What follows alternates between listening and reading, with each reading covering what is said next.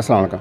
मौलाना room ने लिखा है, एक दफ़ा एक शख्स ने अल्लाह की इबादत करना शुरू कर दी और परवरदिगार की इबादत में इतना मशगूल हुआ कि दुनिया के सारे काम छोड़ छाड़ कर सब कुछ भूल कर सच्चे दिल से अल्लाह की रज़ा में राज़ी रहने के लिए इंसानी के रस्ते पर चल पड़ा। मौलाना रूम कहते हैं कि एक वक्त आया कि इसके घर में खाने को कुछ भी न बचा। होते होते वो वक्त भी आ गया कि घर के बाहर भी सब कुछ ख़त्म हो गया। वो शख्स चलते चलते मौत के इंतज़ार में गलियाँ घूमने लगा। अब पहले तो कुछ नहीं बचा तो इंतज़ार ही कर सकता हूँ कि अल्लाह संभाल ले।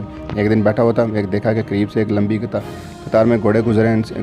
घोड़ों की सीटों पर सोने चांदी से बनी हुई, उन की पीठों पर सोने के कपड़े पहने हुए हैं और उन घोड़ों पर जो लोग बैठे हैं वो शाही ग्रांड से कम नहीं लगते। इनके सरों पर सोने की टोपियाँ। ऐसे मालूम हो रहा था कि कोई बादशाह जा रहा है। इस शख्स के दरियाफ्त करने पर बताया गया कि साथ वाले गाँव का एक बादशाह है, ये सब उसके गुलाम है, बादशाह के दरबार में जा रहे हैं। वो शख्स कुछ देर हैरान हुआ कि ये हालत गुलामों के, तो बादशाह की क्या हालत हो गई। इसने आसमान की तरफ उठकर कहा, ऐ मेरे बादशाह, मेरे मालिक, ऐ मेरे अल्लाह, मैं तुझसे शिकवा तो नहीं करता, लेकिन इस बादशाह से ही गुलामों का ख्याल रखना सीख लें। इतनी बात कहकर वो शख्स चल दिया। कुछ दिन गुजरे तो एक बुज़ुर्ग आए, इसका बाजू पकड़ कर इसे एक जगह ले गए जहाँ वो गुलाम घोड़े देखता है कि किसी घोड़े की टांग नहीं, किसी गुलाम का दाढ़ नहीं, किसी घोड़े की पुश्त पर पड़ा हुआ है, किसी गुलाम के हाथ कटे हुए हैं या किसी के सर का खून निकल रहा है। घोड़े को ज़ख्मी हालत में वापस लेकर जा रहा है। वो शख्स हैरान और बुज़ुर्गों से पूछा, जनाब आप कौन हैं और ये सब क्या माजरा है। इस वक्त बुज़ुर्गों ने कहा, ये वही गुलाम है जो उस दिन सोने के लिए आज ये जंग से वापसी आ रहे हैं, इसलिए इनकी ये हालत है। मुझे ख्वाब में बस इतना कहा गया,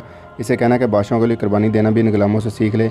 हमें कुर्बानी देना ही नहीं आया, चाहे दीन का मामला हो या रिश्तेदारों का या दुनिया का। जिस मामले में हम कुर्बानी देकर सीख लें, दुनिया के अपने के लिए और दुनिया के तवक्कुल करना सीख लें, तो इस शहंशाह रब्बुल इज़्ज़त हमें बादशाह फरमाएगा जो कभी ख़त्म ना होगी।